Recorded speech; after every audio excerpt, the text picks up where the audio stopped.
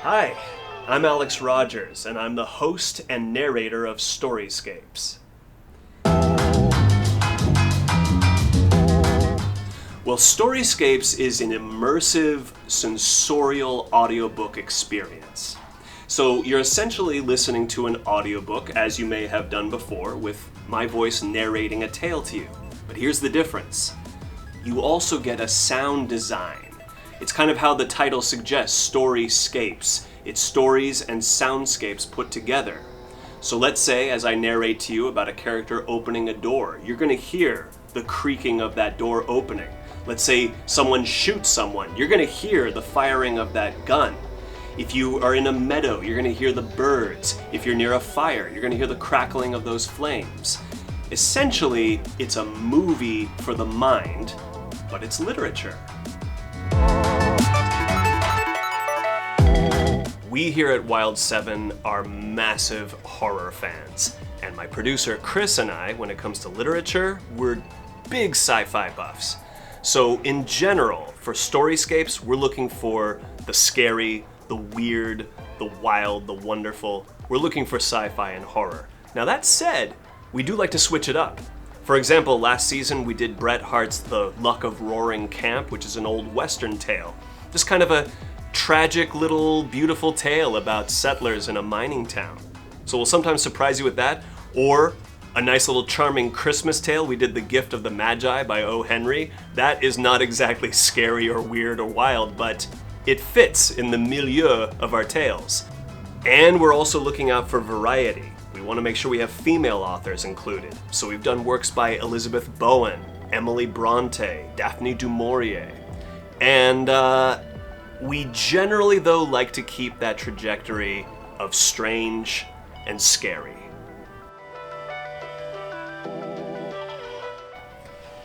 The authors that we choose for StoryScapes, they generally come from the 19th and 20th century, so they're household author names. Edgar Allan Poe, Ray Bradbury, Kurt Vonnegut. We also choose some international authors that have been well translated into English, such as Nikolai Gogol, Honoré de Balzac, Mary Shelley as well. We try to make sure that we have a variety of older voices. StoryScapes is for everybody. And I really do mean that. Do you have a pair of ears? Do you have an imagination? It's for you. Doesn't matter what generation you come from, how old you are, these stories are timeless. And by the way, for me personally, I'm hoping StoryScapes really finds a good audience with those who are, maybe shall we say, literature resistant. So here's what a StoryScapes workday looks like. We'll choose a story, and I usually look out for the voices first and foremost, because I know I'm going to be narrating it, and I'm going to be doing the character voices. I also look out for the fact of whether this narrator requires my own speaking voice, or if it's a character narrating the story, and it's a very precise kind of character, then I'm going to change my accent. Now, it helps if it's accents I can actually do, but we do like to kind of switch up the actual tone of what you're hearing, so it's not always a standard American voice that you're hearing right now. And so I go in there, and first I have to do my vocal warm-ups. It's very important, because you can't just come right out the gate. These are a lot of words we're reading right here, and we can't flub them up. So I do all kinds of vocal warm-ups, things like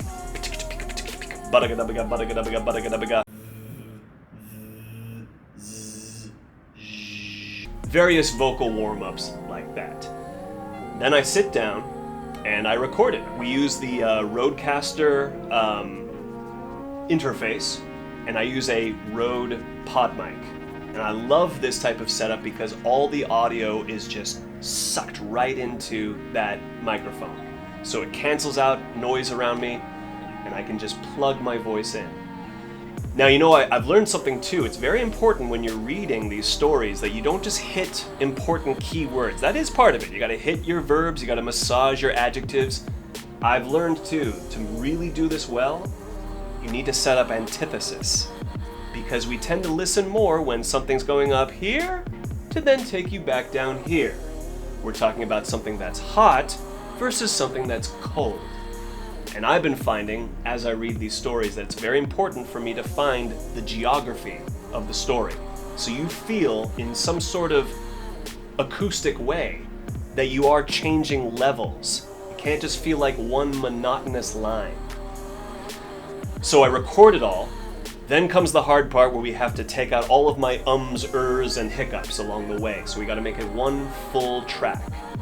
Then the fun comes in. Well, it's all fun, but this is where we get into like the real artistic, creative part of it, which is I will sit down with my own voice. I will space it out, and then we start to implement sound effects. We start to implement music cues. And again, as described earlier, we want to make it sort of cinematic for the ears. And it's a long, grueling, pace-by-pace process, but I love it. It will sometimes take hours just to get one little part down, but it's because you are fine-combing it, you're fine-tuning it. I wouldn't choose any other speed to do this process. Once it's all done, we upload it to the interweb on any kind of platform that you very well may have on your phone right now. Spotify, Apple Podcasts, YouTube. We also are on Amazon Music. So we are spreading our wings. If rights were not an issue, what stories would I like to narrate? I mean, they're novels is what I'd want to do, and 3 come to mind. I love Philip K. Dick's Ubik. I'd also love to narrate Chuck Palahniuk's Survivor, and I'd also love to do a narration of Kurt Vonnegut's Cat's Cradle. What all 3 of these have in common is that they get weird, they get unsettling, they get nearly apocalyptic, and yet they are so sinisterly hilarious. So I'd love to put my vocal footprint on those great works of literature. Why is reading important? Well, I'll tell you this much. Reading is unique in the sense that it's art, entertainment, leisure, all in one, and it requires you to participate in it. Movies can play by themselves on a wall, on a TV, on a projector, and people either will look at it or not look at it passing by. A book, it's closed up, or even if it's open, it's not doing much unless you are actually reading and absorbing those words. Now, I love every other art form. Music, movies, they're great, but you can be pretty passive during that. You can kind of let it work upon you. You know, some people complain if I ask them like, oh, have you read the book of this thing that has become an important movie? Have you read the source material? And sometimes I'll hear the answer, no, I'm not interested in reading that. Besides, why would I read something that I can easily watch now that it's on screen? Well, the thing about reading is that you actually are going to find yourself feeling what's going on there. Dare I say it, you might up your empathy.